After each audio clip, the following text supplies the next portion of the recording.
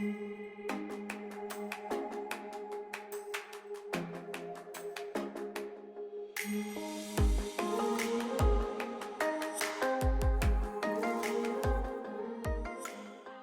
morning, you guys. I just made a little peppermint tea and lemon, and I just got home from a little run, which I have not done in a while, and I feel like it made me a little sniffly, so this is delicious. But I am about to do a podcast with Julie of Virtual Aesthetics Training on Instagram. Lauren, if you're watching, thank you so much for connecting us. She's incredible, and we're going to talk all about rosacea today in 50 minutes, so I gotta get my life together. But I think rosacea is definitely one of those topics we need more specific training on. There's just not enough time in school to cover the specifics and idiosyncrasies of certain things, like treating hyperpigmentation, treating rosacea, treating acne, treating skin of color.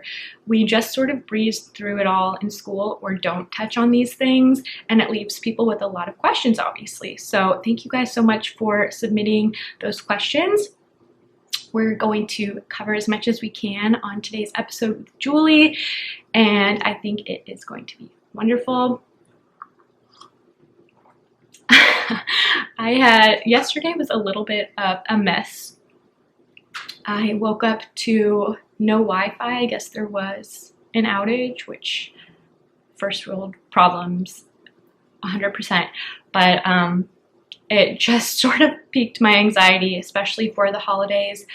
The two things I hate in life and that really worsen my anxiety is having to cancel on people or like being late. Like, those things make my heart race and make me feel just really bad. And I go into this whole thing of intrusive thoughts, which is a whole nother story in and of itself, but automatically assuming people don't believe why I had to cancel, or people change their opinion about me, or think I'm entitled to cancel, or don't value their time.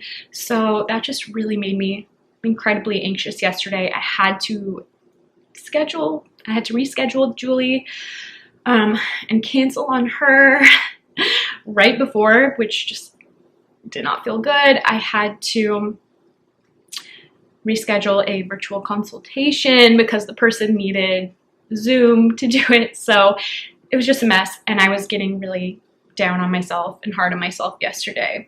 But the Wi-Fi is fixed. It is a new day. Starting the day on that tone, though, honestly, was not the best. I was super frustrated, especially before the holidays, and with having so much on my plate right now.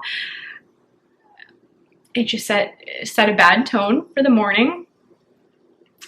We picked ourselves up, and it was just, I think sometimes I get in those moments of anxiety, and I kind of just have to, I'm proud of myself. I had to just sort of like step away. I actually did a workout because I was like, there's nothing I can do. I'm waiting for the Wi-Fi to be fixed. I need to take a break. I made some muffins, and I think sometimes we gotta just cut ourselves some slack, cut yourself a break. It's a tough time. Don't hold yourself to impossible standards. Everyone goes through stuff, and even if it seems like I've got my line, I've got my podcast, I've got my YouTube, like it looks like she has it all together, I can assure you I definitely have my high days and my low days, but that's just life, and I want to be as transparent about this process as I can. And something I wanted to mention was I was just listening to Camila Coelho's podcast on The Skinny Confidential. She was talking about, I think this rings so true, she was talking about how when you see somebody doing something you want to do, sometimes our initial reaction is like jealousy, or I don't like them, because it's like an initial response, like she's doing what I want to be doing, why can't that be me? And it's sort of like a negative response. I think being aware of that and like knowing that feeling is normal, but pushing to understand if I'm doing something like creating a skincare line, if I'm doing a podcast, it just means more people like me can do the same thing, and it opens more doors for all of us. So just remember, one, if you see an esthetician on social media, or anybody for that matter, that you're like, oh, I want her life, I want to be doing what she's doing, first remember, you're seeing the finished product. They have been through struggles to get there. And two, if they're doing it, it means you can do the same. So I hope to cultivate, I mean, the response to everything I've done has been so positive and sweet, but I just wanted to say that as a reminder. I want to cultivate a really positive community and just remind you guys, if I can do it, you can do it. I want to empower each other, lift each other up. That's one of my fears as the channel grows. It's obviously still quite small, but I'm comfortable with it small. Like, I'm happy. I want the family to grow, but I also know, I don't know, it's something like so sacred and close to my heart. If it expands to people who haven't been like on the journey with me from the beginning, are they going to like not connect with me on the same level? Could it potentially grow to more negativity? I don't think so, but it's always possible with the internet. Hope that makes sense. I just really value what it is, and it's like very sacred and special. So yeah, I would just rather have something meaningful and impactful than just a bunch of numbers. I would be okay if I stopped at 8,000, but anyway, those are my rants. I'm gonna do a better job of not making the videos an hour long with my rants. So I'm gonna go ahead and get ready. I should eat something before. I might make some eggs, and then we're gonna talk to Julie. I made Lauren Bushnell's blueberry gluten-free muffins, and they are to die for. Her recipe is on her Instagram, but highly recommend. Such a good, easy breakfast, or if you struggle with having an appetite in the morning, these are a good little quick snack. Okay guys, is it weird that I still get nervous for every podcast? I think it's my social anxiety. Again, something I'm working on with my therapist, but it's okay. I think it's good that I have the podcast because somebody might assume I'm really outgoing, and that couldn't be farther from the truth. I don't know, just like interacting with people is honestly, it can be harder for me, and it takes, I would say, a lot more energy. Like my boyfriend, for example, he's such a social creature, like could meet anyone and have the best time, like makes friends wherever he goes, just enjoys being around people all day and like thrives off of that. I'm such honestly a solitary creature. I think I work best alone, and how I recharge, this is like very introvert characteristics, but I recharge by being alone. But having the podcast is good for me because it pushes me to grow and pushes me out of my comfort zone, which I think is really important, especially while we're quarantined. I always have a list of questions ready for the podcast. I like to let the convo flow, but if it's a topic like this where I know people want specific questions answered, I want to make sure I have them in front of me, and it's just good in case, I don't know, I would rather make sure I cover the most important things than like go on a ramble or a tangent, which I can do. Okay, so questions we are asking Julie. What does rosacea look like and feel like? What is an example of a routine and products to look for with rosacea? What should you avoid? Ingredients, lifestyle, what's contraindicated? Are there any vitamins to help?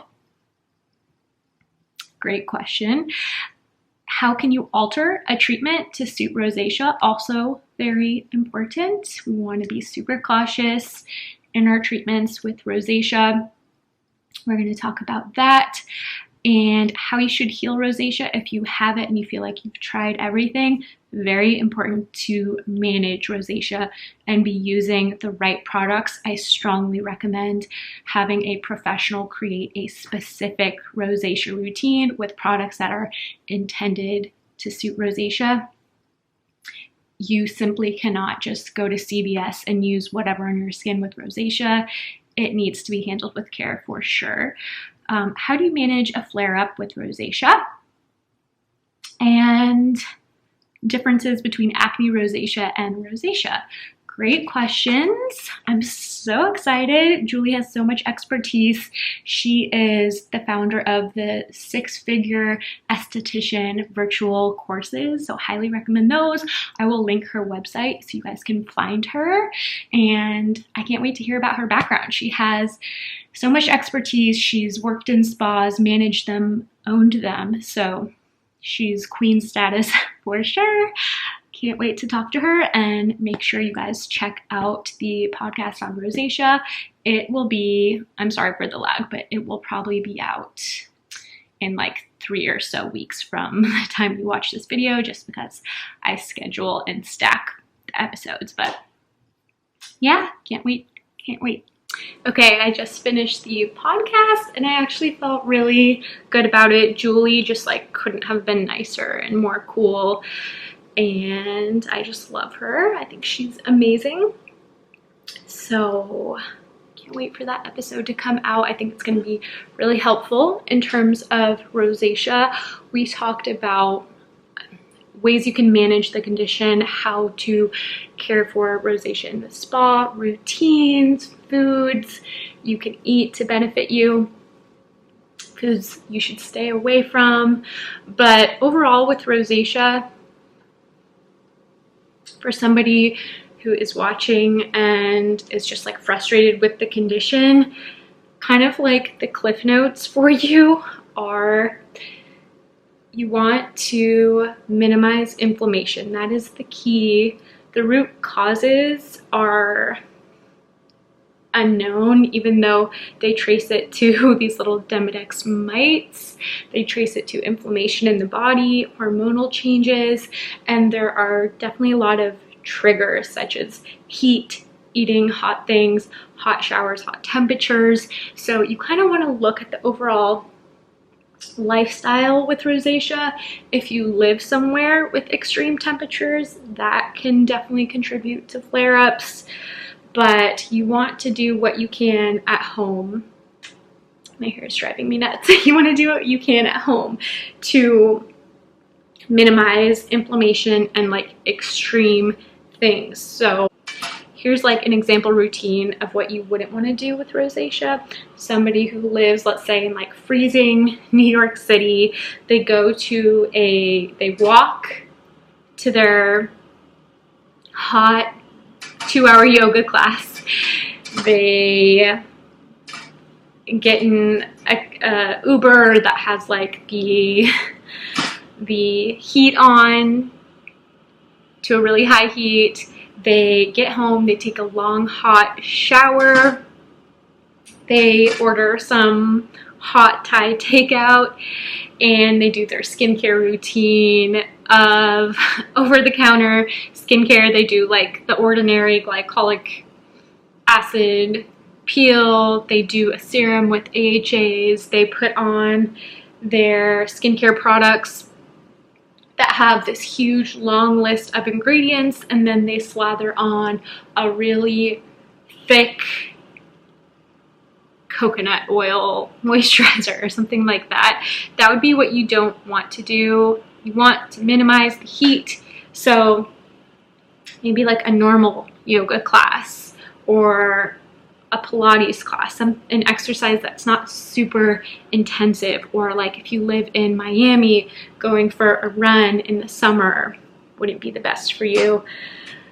You want to take cooler temperature showers, like lukewarm. You don't want to shock the skin too much with like extreme heat to extreme cold. You can use cool things, like cool tools are great, like ice globes on the skin are nice. You wouldn't want to apply like an ice cube all over the face because it's too shocking to the skin with rosacea. You might be able to apply it like if you had an inflamed breakout, that could be okay, but not all over the skin. It's too much. In general, you just want to avoid shocking the skin. No chemical sunscreen. Products that have simpler ingredients really are best. You can do some wonderful like plant hydrating ingredients like aloe, cucumber, comfrey, chamomile, calendula, soothing things. Certain essential oils could be okay, but you don't want to overdo it. Anytime you feel like hot and spicy in the skin is a sign of a flare-up. So that's my cliff notes on rosacea. I am going to make a little lunch. I'm going to make a little salad. It has been the longest time I've had a salad. I don't know about you guys. In quarantine, like the last thing I want is a salad, but today it sounds good.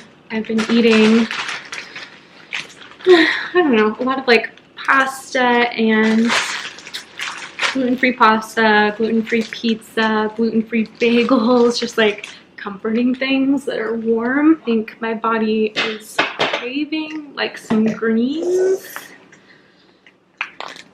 And I have this chicken from Whole Foods that's like a pre-made lemon herb chicken. So I'm gonna do a little bit of that.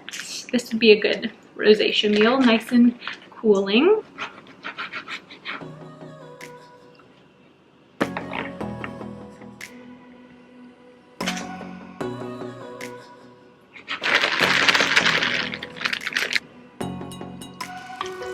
Okay guys, this is the salad. It looks huge. It's not that massive, but I just wanted to use this bowl. I'm gonna chill and have a little lunch.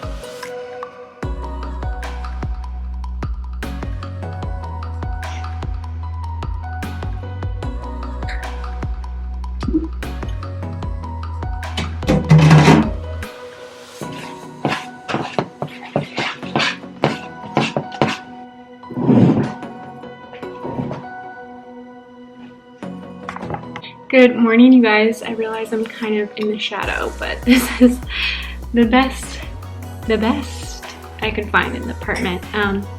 It's a few days later from when I last saw you, and I made a little breakfast here with some scrambled eggs, spinach, and the BioLife dairy-free shredded mozzarella. I really like it, especially melted if you're looking for a good cheese alternative. But I'm sorry I've been a little you won't know because the clips are all cut together, but sorry for the little gap between filming. I have not been feeling well, and I've been having a lot of like autoimmune flares, and I'm super curious because I know some of you, like a small percentage of you, follow me because of my Hashimoto's journey, and you found me that way. Like some people find me through search on YouTube from searching like esthetician school, but some people will find me through looking at like autoimmune tags or vlogs. And I've been pretty open about my journey with Hashimoto's and autoimmune and just my health overall. And it was actually it was the reason I didn't go back to the treatment room, because my health is so fragile as it is. It really is, like at this point it's on a daily basis of like whether I'm feeling well or not. So I really could not risk, I've explained this before in vlogs, but I really could not risk in getting sick with COVID. My health is too big of a deal. And it should be for everyone else. We only get one body. It's the only vehicle we have to go through life. And I think too often we like deal with our health when it's become a crisis. It's just the nature of our culture. And I won't even get into all of that. But I'm already so invested in trying to figure out how I can feel better. And I feel like I'm coming to a point where I like really feel a lack of resources, and it's like it's a weird feeling when I don't know, it's like you grow up thinking you get sick, there's doctors to help, like you're fine. And I think I'm just at that point in my adult life when I've tried, it feels like tried everything, and it feels like nobody has the answer. So it is tough, and I so badly just want to wake up and like feel good and normal like everyone else. Like it truly holds me back so much from doing everything I want to do. But it just feels like, especially this month of December and the past few weeks leading up to the holidays, I'm in this cycle of working really hard and burning myself out, not feeling good, having to be on bed rest for a few days until I kind of like rehab myself and feel better, and then I need to make up for things, so I work really hard, or I'll work out hard because I feel good working out. I think that's something else that kind of flares me. And it's like if I don't work out, I don't feel good either. So it's just this like impossible battle of trying to feel good. It's like, this is the number one thing for me, is health and feeling good. If you do have good health, please don't take it for granted. Care for yourself preventatively. I can pinpoint the exact moment in my life when I started to get sick, and it was when I was young and I was really stressed out, and we just didn't have the knowledge we do about health and nutrition, toxic things in the environment. Pretty sure I grew up in a house with a lot of toxic mold. My parents got divorced around that time, and I was just like dealing with a lot of turmoil and stress. I was somebody who in school, I feel like I always wanted to be like a good kid and like be looked at as good and perfect. I worked so hard in school. I was in a great public school district that had very demanding classes and coursework, and I was so, excuse the word, but so anal about my homework and straight A's and looking perfect and being perfect at sports, all these things. It's a lot of pressure for kids. But all these things in my life, I think, really contributed to my autoimmune disease and my health today as a 30-year-old. So I think we're only just scratching the surface of how emotions and what's going on in your personal life can affect your body then and for years to come. It always keeps score. And that's why I also, with my clients, like to get an understanding of their lifestyle, if they've been under a lot of stress lately, because it really can manifest in the body. And skin, I think, or even acne, is such a messenger for this. I'm sure to some people this sounds crazy, but I think it's a messenger for our emotions and stress, and it is a detox organ and process. So I don't know, I kind of just wanted to talk to you guys. And for those of you, wow, I always go off topic, but for those of you who do struggle with autoimmune or poor health, I know there's quite a few of you, like, what do you do when you're struggling to help? And I really want to know this. What do your flares feel like? Because I think it's so different for everyone. Like, I have a friend who has like an inflamed gut, and she has different symptoms than I do. So I'm just curious what everyone's flares feel like. For me, it kind of feels like the best way to describe it is like my whole body is inflamed, like my face looks different. I have like a dull pain in my head. My whole body just like hurts, and it's almost just like this like fiery feeling. It's hard to explain, but I just don't have the same energy. I feel achy, and it totally sucks. And I'm juggling a lot, so just trying to keep my head above water. It's all good. I'm so blessed and fortunate, and I would never trade what I'm doing now for working for somebody else, no matter how great the company, because I have my autonomy and my freedom, and I value that so much.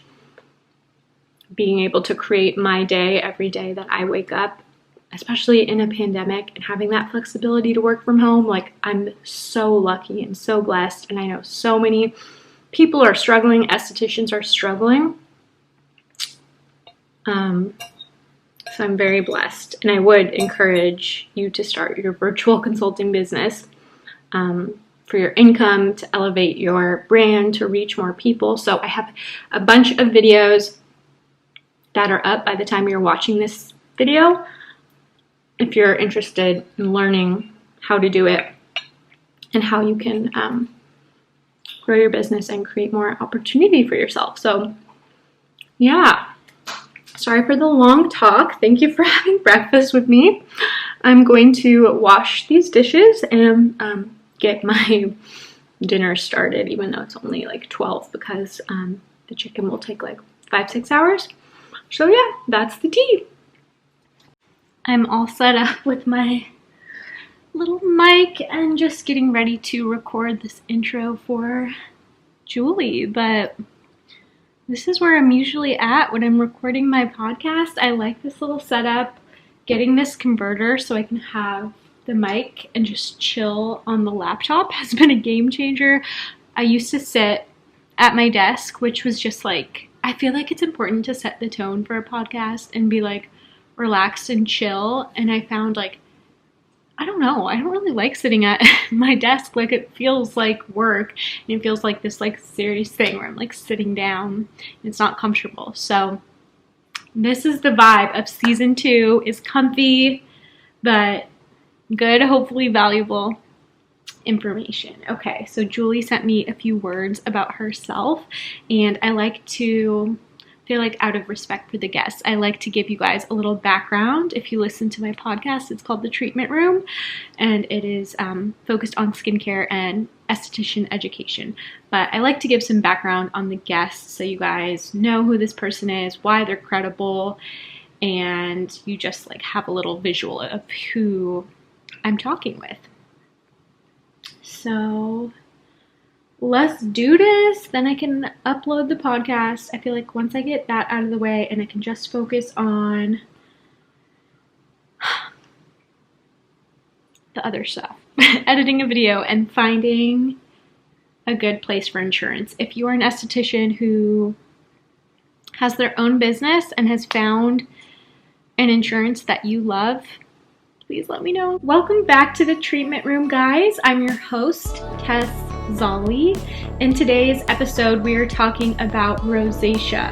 It is a very important topic because I think your clients or people who deal with rosacea are often frustrated. They've had a lack of information, so it's very important that we as the esthetician is confident in treating it. So today we have an absolute expert and the perfect person to talk about this. Her name is Julie Reese. Hi guys. Okay, it's a little bit later now and I am folding a bunch of laundry, and the vlog is about to get like a little bit more serious. I wanted to talk about something, but if you see me like folding my clothes, looking at my clothes, it's just a coping mechanism, and kind of helps me like stay calm. So hopefully it's not too bothersome if I look distracted.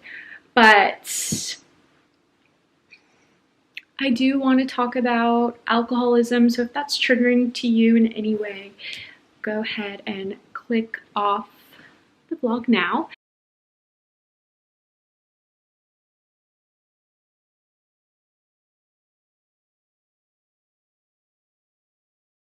but I think it's something worth addressing. And, you know, I just feel like it is important to be vulnerable and to have you guys like know me a little bit more. I feel like if you know more about me and my story and my struggles, it may help you. Or I don't know, sometimes I think you look at really strong people or confident people or people who are doing things with their life. You look at them and they seem so unreachable and unattainable.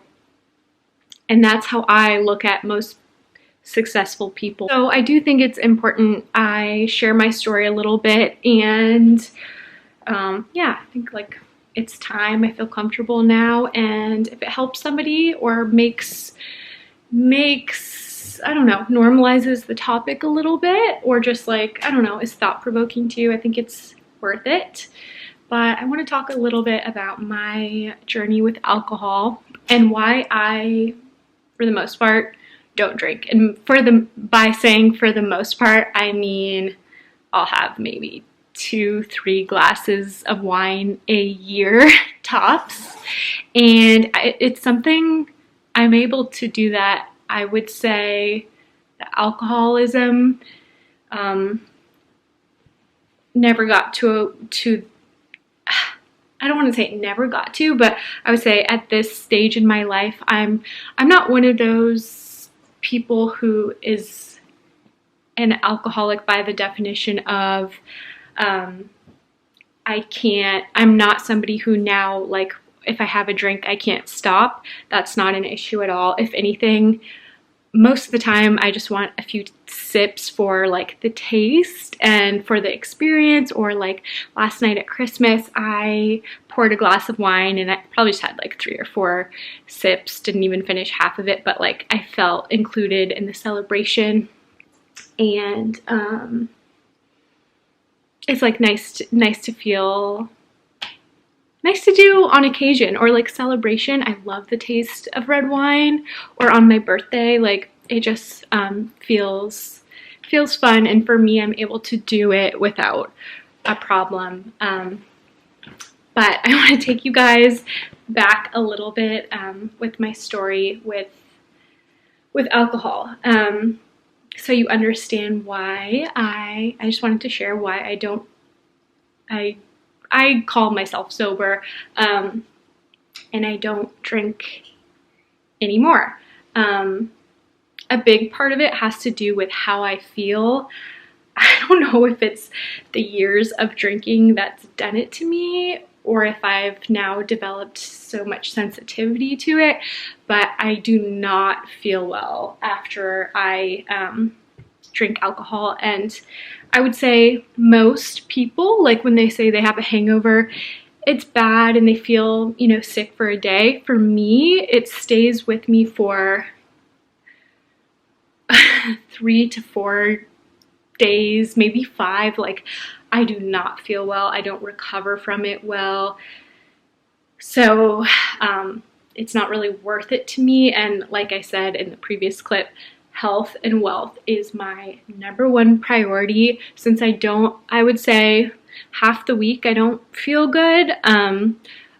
Now I don't gamble on my health. I appreciate those good days so much that I simply can't afford to like be hungover or compromise my health any further. But I wanted to take you back a little bit to like when my, I guess, like exploration of alcohol started, which I think is pretty young, and it kind of makes me cringe to think about. I know some people start drinking or have their first drinks even earlier, but for me it was middle school. It started in middle school.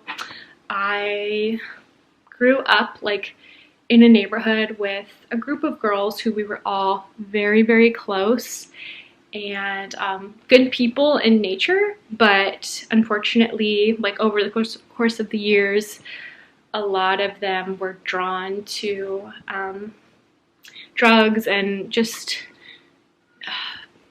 things that weren't good. I actually lost one of my best friends within the group to suicide at in high school.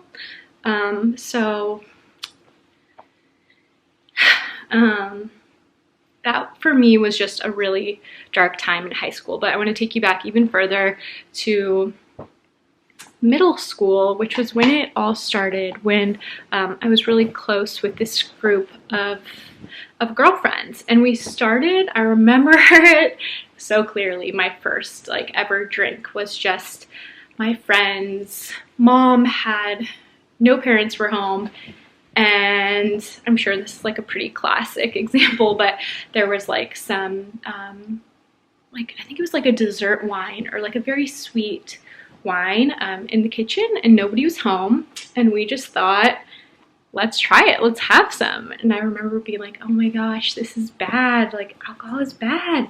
But I think there was 3 of us, and all 3 of us, I don't know why I'm telling this story, you guys, but I don't know, like I said, maybe it helps somebody, and I think there's so much power in vulnerability.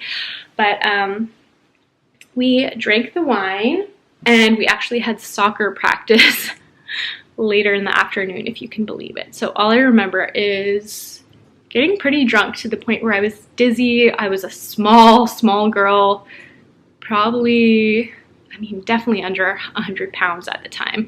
Very small, skinny kid, short, small, skinny. And I'd never drank before, mind you. So even just like whatever it was, a quarter of a glass of wine got me pretty tipsy. And I just remember going to soccer practice and us feeling, we were so dizzy, we were like laughing like crazy, honestly having so much fun. And that's kind of where it started. Like from there, whenever our parents were not home, and I'm so sorry, Mom and Dad, if you're watching this, but whenever they weren't home, we would get into the alcohol cabinet and we would pour it into little water bottles. I'm sure a lot of kids did this. And we would kind of like stash it away. So the drinking, I mean, it wasn't super consistent in middle school, but like I had drinks, and it really picked up in high school. I remember like freshman year was the first time I ever got truly drunk, and my friends had a party in their backyard, and I remember like getting drunk and kind of like being like the center of attention because I was so drunk. And I don't know, this is like embarrassing to say, but it felt good at the time to be the center of attention. And I think I was so shy normally that it just like gave me, like they say, liquid courage, this whole new sense of courage where I wasn't the shy one anymore. I could talk to anyone. I was outgoing, and it was kind of like a light incident. Like I remember they took me home, like my mom was called, like it was kind of like slap on the wrist, like, oh, it happens, but like, you know, you're not like in serious trouble. But that happened. That was your first like experience getting drunk. But I would say it really picked up from there. Again, I was not surrounded by, I don't want to say like good people, but people who had a lot of dark things going on in their life. I was going through a lot at the time, and we were all honestly just very toxic together and in all the things we did, which I won't even go into. But that's when it all started, and it didn't just like start there. It really got toxic to the point where I loved drinking, and I drank to the point of blacking out. I would say every weekend, every time there was a party, just frequently I drank to black out. That was what happened. That was the goal. And yeah, it was just a really toxic cycle and relationship with alcohol that I cultivated from the get-go. And I think it's so normalized, but it wasn't normal. I was underage. I shouldn't have been drinking, let alone drinking to that level. And I think it's really interesting to think about the time, like I said, that my autoimmune disease started to develop, which was in high school, and I have no doubt that drinking this much was horrible for me and probably one of the worst things I could have done in my early stages of development, and especially when I had a chronic illness and autoimmune disease developing. And I wish I could say it was like a short phase, but it lasted from beginning of high school to through college and after college. And again, I think blacking out has become so normalized, but it was probably nearly every weekend, sometimes 2 or 3 times a week, that I would drink heavily in college. I didn't just like drink to get tipsy, like I drank excessively. And when I think about why, again, I was very, very shy, very socially awkward, and when I look at what I do now in my life now, you guys, it's like 2 different people. It's pretty incredible. But I would have never had the courage to have a YouTube or a podcast. I thought about it, having a YouTube, for years, and I could never do it because I was so shy and not confident in myself. And when I think about my very first relationship, which was also very toxic, it was like about that time that I met this person that I would say my drinking was at its peak, at its worst. And they were also somebody who drank heavily. I think they had a better grip on blacking out, but it just encouraged it throughout the whole relationship. I feel like I was drinking for most of that relationship, and it was a very toxic, unrequited love thing in the beginning, and eventually we ended up, being official, whatever, being boyfriend, girlfriend. But alcohol was just always at the center of what we did, and I didn't feel confident without drinking. And it kills me to think back on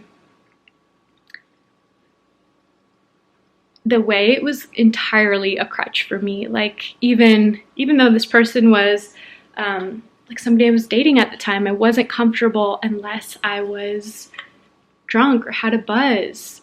Anyhow, just entirely toxic. And I would say I reached a point that was like truly rock bottom, which I'm not even ready to share that story yet, especially because I have people who are very close to me in my life who don't even know about this. So it's kind of one of the weird things about like having a platform, is you feel so comfortable with your followers, and I'm comfortable sharing with you guys, but the after effects and like people who are close to me and love me watching this, and I don't want to like put anyone else in pain from hearing the story for the first time, and it's something that's like very, very close and personal and only a few people know about, so I won't even get into that.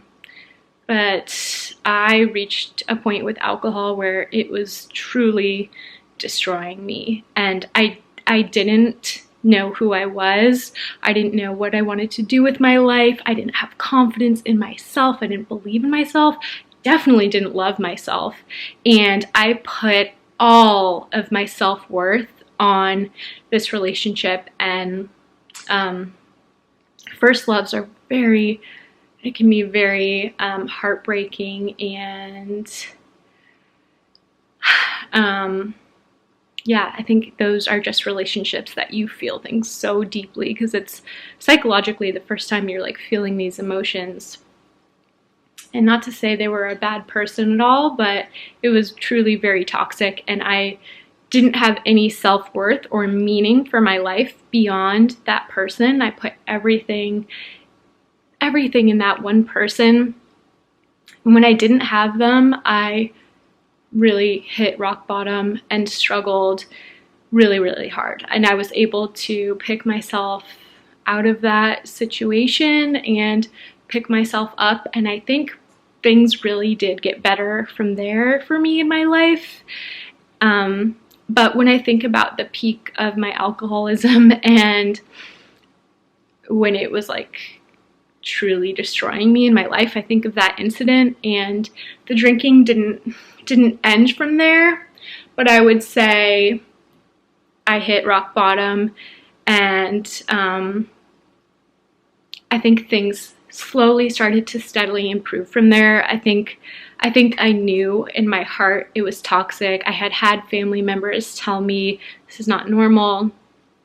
I'm really worried about you. And they voiced that they felt like it had become an addiction.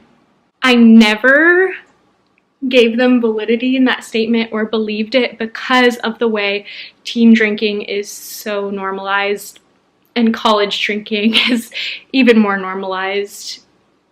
So to me, I think I knew deep down it was an issue, but it was so the culture, it was so the social norm that I was just like, my parents are overreacting, they're crazy, whatever. But I think I knew deep down it was holding me back, but I could never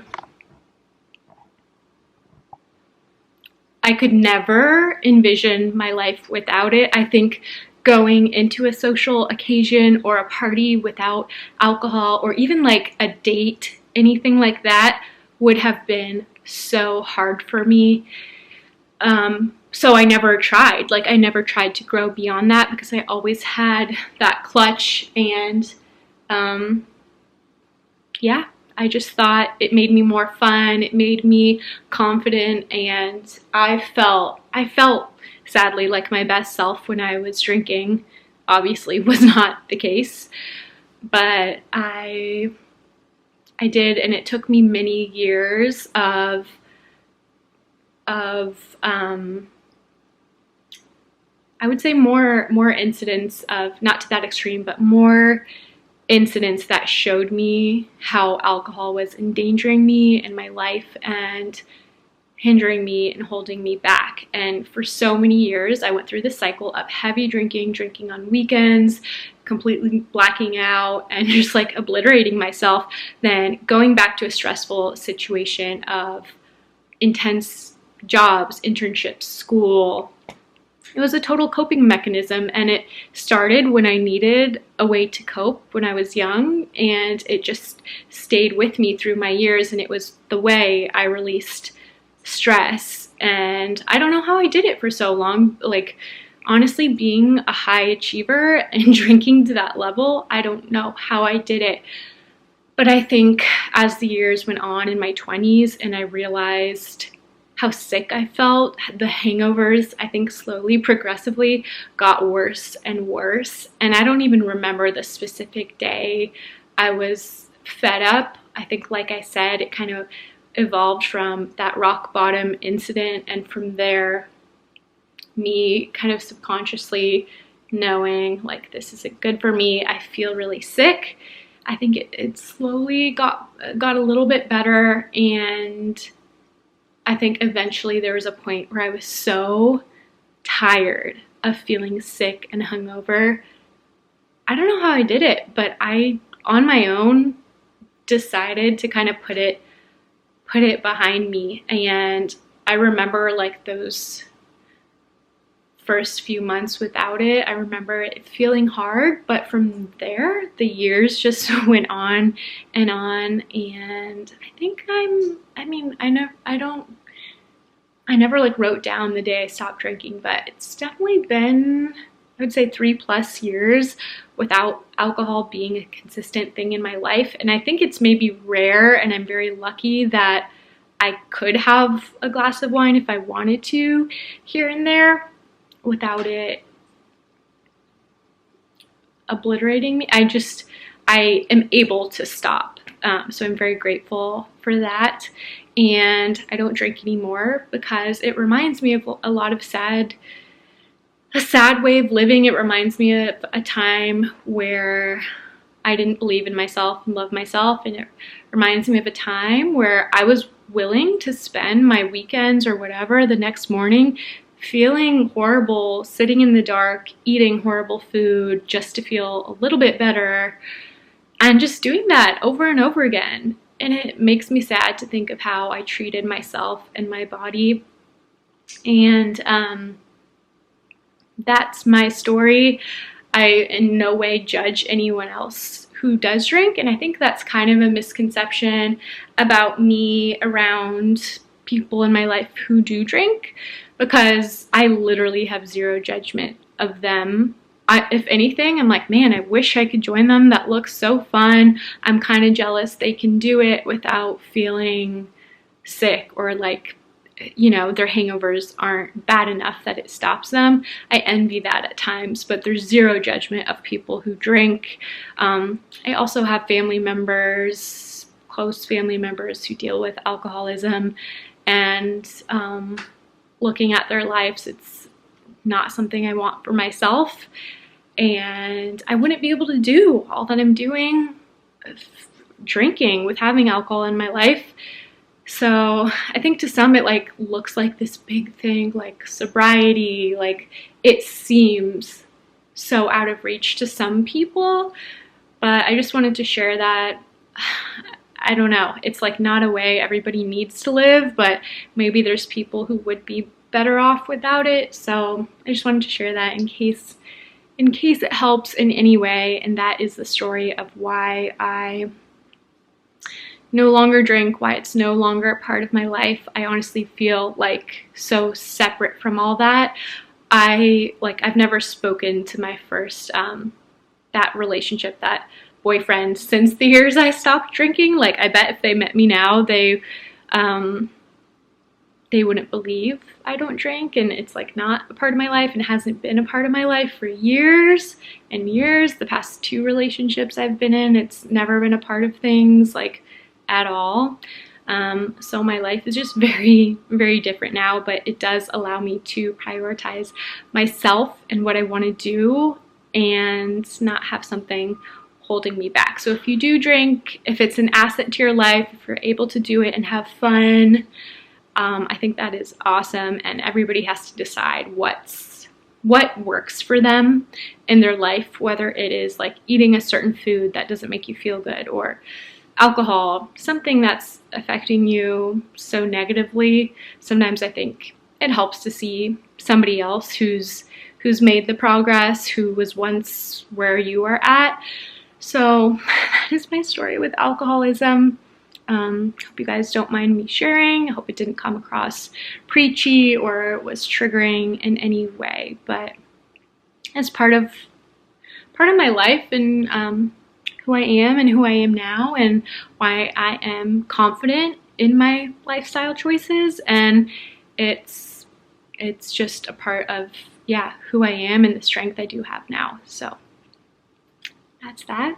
I love you guys. Thank you for listening. It's a little bit later now, but ever since I told that story, I'm sweating through my pits. I was like so hot when I was talking, and I was wearing like a fleece pullover, and I just threw on this shirt to be a little bit cooler, but I'm still sweating. And I don't know, like wasn't planning on like sharing that part of my life, but I think I'm glad I did. It feels kind of weird. I'm like having a little bit of anxiety about it, because it's like you always have that fear somebody's going to be like, oh, they want attention, or somebody's going to be like, that's not a big deal, and minimize it. Like, all teenagers, you know,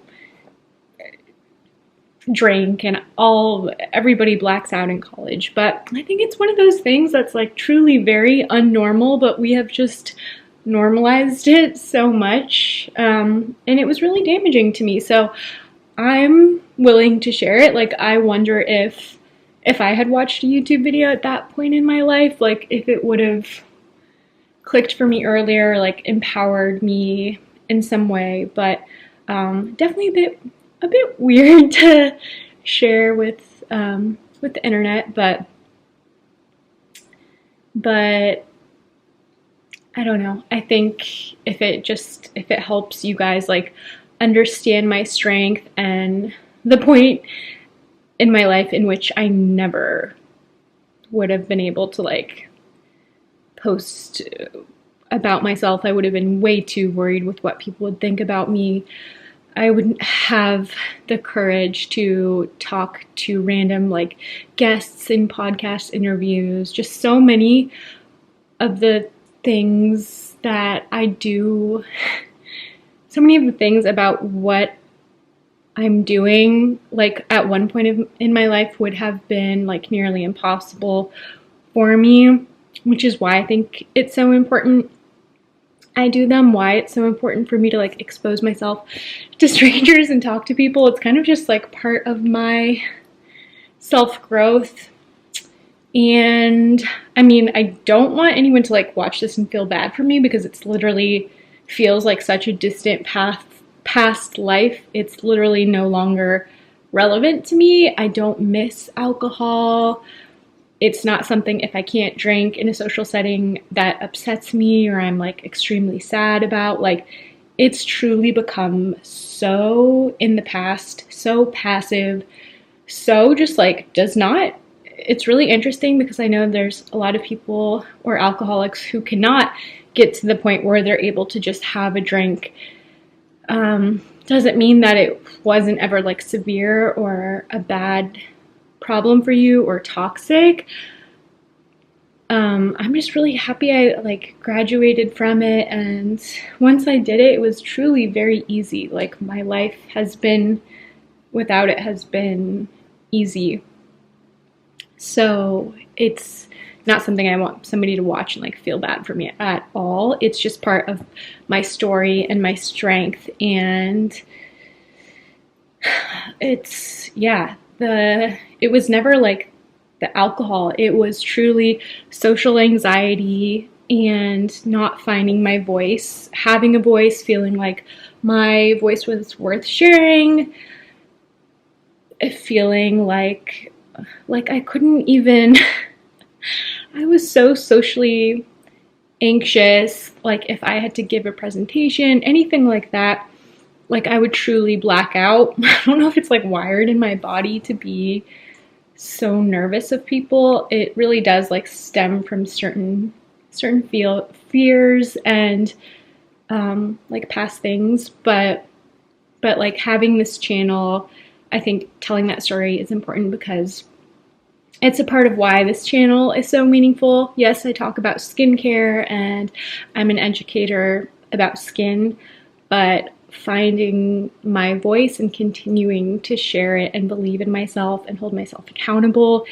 is at the heart of like what it really, really means to have this channel and platform. So I think it's important. It's important I shared that, and you guys probably, I like never want somebody to look at me and just think I've had a perfect life or I'm this like polished person who doesn't struggle, because I struggle just like I think a lot of you and a lot of other people.